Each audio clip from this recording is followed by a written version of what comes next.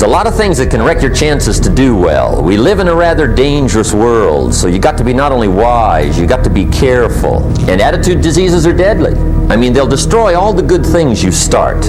So we'll go through those attitude diseases, how to spot them, how to look for them, what they are, and the cure.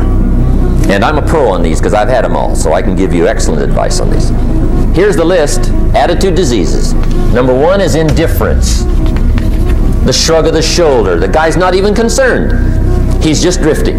There's one problem with drift. You cannot drift to the top of the mountain.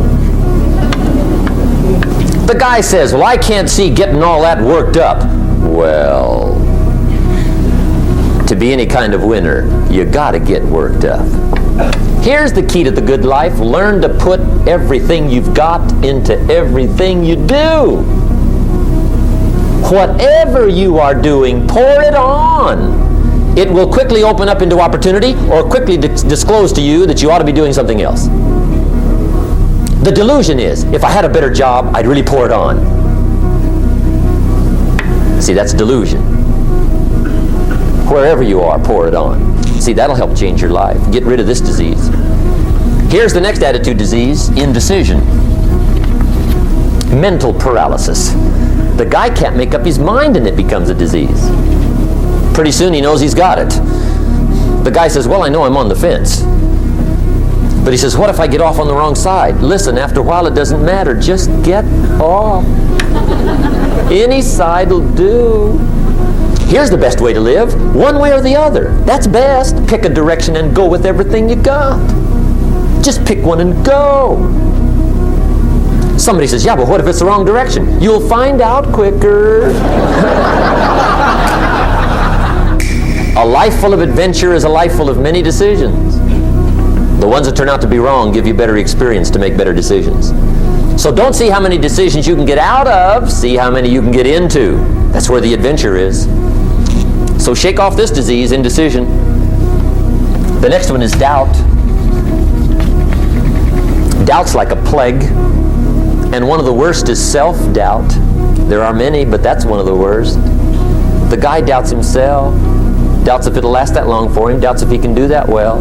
Doubts if he can make that much. Doubts if he can accomplish all that. A chronic, excellent self-doubter. You can imagine what damage that does to your future. So here's the key. Turn this coin over and become a believer. And there's many things to believe in. One of the majors is yourself. The understanding of self-worth is the beginning of progress. Now, if those three don't get you, this one will. Worry. That's a devastating disease. Worry. Worry causes health problems, social problems, personal problems, family problems. It's devastating. Worry long enough, it'll drop you to your knees. Could reduce you to begging. I know how bad this one is. I used to have it bad. I used to be known as a super worrier. Not a super warrior. No, super worrier. My family wished I'd have been a warrior. I got those years to make up for. But I'll tell you what. My advice to you is do what I finally did on worry. Give it up. Who needs it? I'm not saying it's easy. I'm saying it's worth it. It took me almost 1 year to kick the worry habit, and it was not an easy year. It was one of the toughest years I ever spent, but I finally got that monkey off my back. And I discovered you could live the most incredible life free of worry. Not free of challenge, not free of difficulty, free of worry. I learned how to do it, and you can. Here's the next attitude disease. Over-caution. Some people never will have much. They're too cautious. Now, you can also be too reckless, but you can also be too cautious. This is called the timid approach to life. And my caution was always the risk. Risk used to drive me right up the wall. I used to say, what if this happens? It's called the language of the poor. What if this happens? And on top of that, if this was to happen, look at the fix I'd be in. I better not try. I could always ace myself out. Then I'll tell you what changed my whole life when I finally discovered it's all risky. The minute you were born, it got risky. If you think trying is risky, wait till they hand you the bill for not trying. If you think investing is risky, wait till you get the tab for not investing. See, it's all risky. Getting married is risky. Having children is risky. Going into business is risky. Investing your money is risky. It's all risky. I'll tell you how risky life is. You're not going to get out alive. That's risky. The Englishman says, well, if that's the way it's going to work out, let's give it a go. Right, that's what it's for. Give it a go.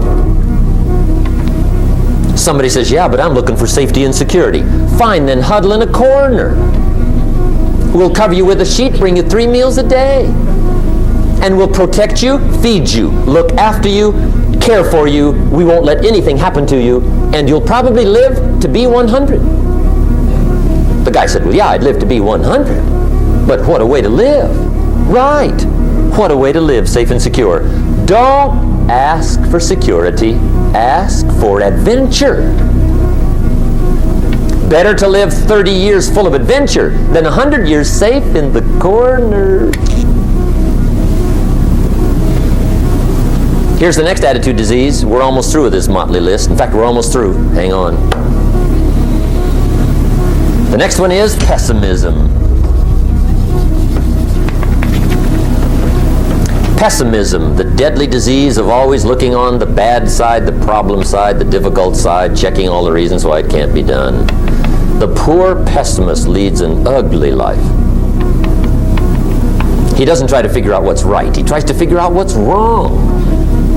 He doesn't look for virtue. He looks for faults. And when he finds them, he's delighted. How ugly. This is the poor guy who looks through the window, doesn't see the sunset. He sees the specks on the window.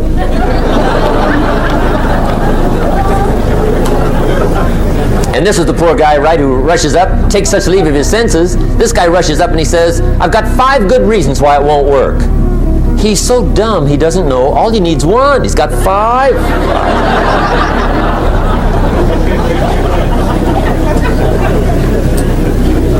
To the pessimist, the glass is always half empty. To the optimist, the glass is half full. Why would the same measure affect people 2 different ways? Answer, it all depends on how you look at it. Our lives are mostly affected by the way we think things are, not the way they are. The way we think they are affects us most. There's a subject we don't have time to get into tonight called better thinking habits. One of the major things Shove taught me when I met him, he said, poor thinking habits keeps most people poor. Not poor working habits. Most people work hard, but they don't think hard. And Shove taught me that the mind is like a factory, a mental factory.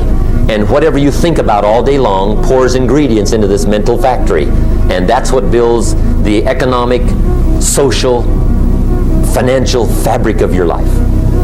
As you think, so you become. How awesome. When he talked about poor thinking habits, he had me. I used to start the day reading the morning newspaper. I mean, you can believe that or not. I'd get a cup of coffee and read the paper. I'd load up on wars and riots and murders and stabbings and killings and bank robberies and muggings and car wrecks and tragedies. I'd even read the back pages. I seem to like that stuff for some weird reason. I'd load up on all that, and then I'd start the day. You can imagine the kind of days I used to have. You walk around on your financial knees. They call you economic peewee. The guy says, I want to be a great leader. Wonderful. The first thing we do is follow him to his house. When we get there, we walk in and check his library, number 1. Somebody says, well, why check his library? The reason is because What a man reads pours massive ingredients into his mental factory, and the fabric of his life is built from those ingredients. You would not believe what some people have got in their house to read. You would not believe. One of the best dressed up words I know for a lot of it is trash. Can you imagine dumping a barrel of trash into this mental factory every day and coming out with a rich, dynamic, positive life? It can't be done. You might as well try making a cake with cement. The kids back in Danbury, Connecticut, high school, they're asking me questions one day. I'm talking to the kids. Kids got good questions these days. One of them said to me, Mr. Rohn, how do you build the good life? I said, it's simple. It's not easy, but it's simple. Here's how you build anything. Select the right ingredients, keep out the wrong ingredients, and it starts with thought. Everything starts with thought. So you must be wise and careful what you think about, because that starts everything. I asked the kids, what would happen if somebody dropped sugar in my coffee? They said, well, you'd be okay. I said, what if somebody dropped strychnine in my coffee? They said, well, you'd be dead. I said, correct. Lesson 1. Life is both sugar and strychnine. You gotta be careful. I said, what if my worst enemy drops in the sugar? They said, will you be okay? I said, what if my best friend, even by accident, drops in the strychnine? They said, well, you'd be dead. I said, correct. Lesson 2, watch your coffee.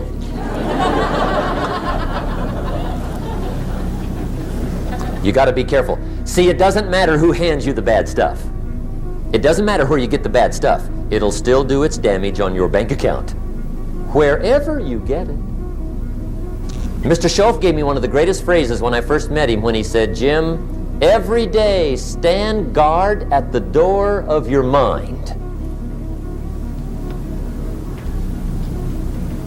How important. Stand guard at the door of your mind. And you decide what goes into your mental factory. Don't let anybody just dump anything they want to in your mental factory, because you've got to live with the results. Okay, here's the last disease, and we're through with this list. The last subject is very brief. The last disease, but this one is deadly. Engage in this one, indulge in it even slightly, and you might as well forget the future, because it's going to forget you. Complaining, crying, whining, griping. A Bible word called murmuring. See, that'll ace your future. Spend 5 minutes complaining, and you have wasted 5. And you may have begun what's known as economic cancer of the bone. Surely they will soon haul you off into a financial desert, and there let you choke on the dust of your own regret. I hope I said that well, so you won't forget. It's a deadly disease. Just be on the lookout of the things that can destroy all the good you start. The war is on. And this evening, tomorrow, mentally, personally, socially, economically, you got to make sure you're winning the war. And this is part of it.